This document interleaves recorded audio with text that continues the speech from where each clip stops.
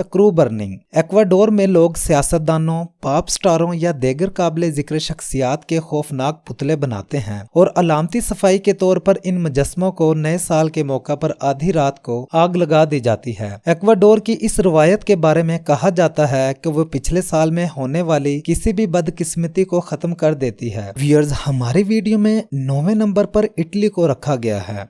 Furniture को खिड़की से बाहर फेंकना। इटली के कुछ हिस्सों जैसा कि नेपल्स में नारा पुराने के साथ बाहर है, जहां नए साल के मौका पर पुराने नापसंदीदा फर्नीचर को बालकनियों से बाहर फेंकना रवायत है ताकि आने वाले साल की नई शुरुआत खुशकिस्मती की अलामत हो।